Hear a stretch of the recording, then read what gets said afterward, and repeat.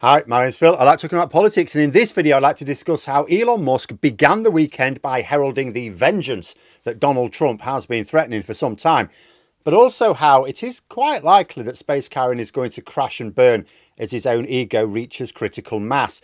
But first, for daily political commentary, please click the subscribe button so you don't miss out. So a couple of days ago, Elon Musk tweeted something really quite chilling. There will be consequences for those who pushed foreign interference hoaxes. The hammer of justice is coming. That's a bit threatening. And this is a threat to everyone in America who called out, particularly, I suppose, Russian interference in the US elections. That would mean journalists, even members of the Department of Justice. If this were just Space Karen blowing off steam, possibly whilst on the Colombian marching powder, then we may read nothing more into it other than the latest ramblings of this overprivileged man-child. But there's a reason I have taken to referring to the orange one as the umpa-lumpa of vengeance recently. Trump has, for some time, been threatening to take his revenge on everyone who threatened either his public image, his wealth, or his liberty. As far as Trump is concerned, he not only can really go for it now, he has to.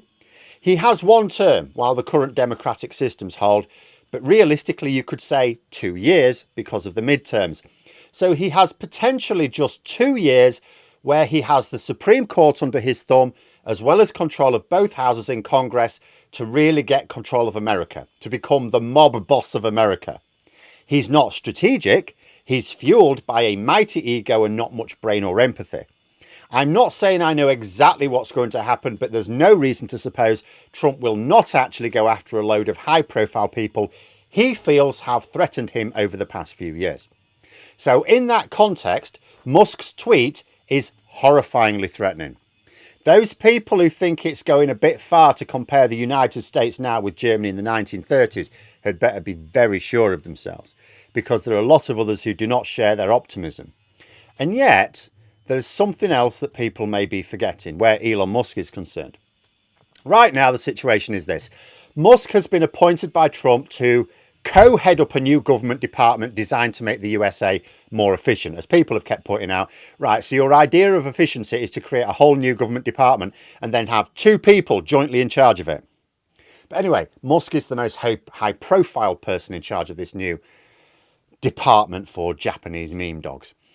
He is going to use this as a pretext to massively increase his own personal wealth and also to make the US government way more dependent on his business interests, such as Starlink and, of course, his plans to mine Mars.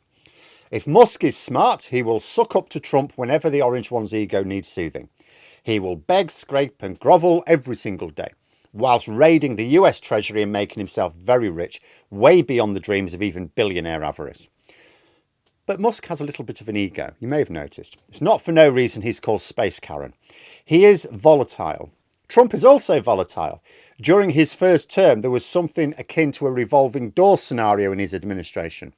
Anyone who looked like they weren't succeeding in Trump's eyes was gone, replaced by someone who would grovel better, but maybe not even be quite that competent. And Trump has his training wheels off now. I suspect he feels the hand of time on his shoulder. I think he will want to proceed quite quickly. And if anyone looks like they're not carrying out his wishes in full, will be gone in short order. Will Musk be smart enough to keep grovelling at the shoes of his orange patron, or will he think he's too valuable to be sacked and get too big for his boots? There was some focus group work reported last week in America that Trump voters don't really see Elon Musk as part of the crowd, Trump's crowd. In fact, they were saying they did not approve of Musk's seniority within the coming administration. The group included people who'd voted for Trump in both 2016 and 2024. Now, not strictly the hardened MAGA, but Trump voters in the 2 elections he won. And apparently not a single one of them thought that Musk would have a positive impact on Trump's government. Now, sure, this is a focus group. What you would then want to do with this information is carry out a more wide-ranging poll to test the hypothesis. But it's still evidence that even amongst people who think Trump is going to do some good, they don't think Musk is going to be delivering any of that perceived good. So let's start from that point and extrapolate a bit. So what is Musk's intended role within Trump's government? to sack a huge number of civil servants and massively reduce public spending, like to a third of its current level at the federal level. In other words, Musk is charged with massively cutting public services. This is not a popular move in any country. Sometimes governments get away with justifying it, as the Tories did in the UK with their austerity drive, but they did that by blaming someone else. The move itself was not popular. Austerity was not popular. It's not going to be in America. So Musk is going to be a source of unpopularity for Trump's government. And think about the extra context here. Musk is the richest person in the world. So the richest person in the world is going to sack a load of Americans. He's going to slash public services used by millions of Americans. He's going to be getting even richer himself while he does it. I think the MAGA crowd are at some point going to start referring to Elon Musk as not American, because he basically is not. He's an American citizen. He wasn't born in America. Trump had better get control of the media pretty quickly, because this is not going to be a good look. And if Musk is also not personally popular with many Trump voters anyway, and then he confirms those voters' fears that he is not indeed having a positive impact on Trump's government, then there's pressure on Trump immediately. We may even get Trump complaining to his pet that he's not doing it right because the people don't like it. I mean, I can see the potential for tensions to rise and egos to clash. Musk does what Trump wants, making himself richer and more powerful. Musk's ego swells. His perception of how essential he is to the project similarly grows. He feels less need to be subservient.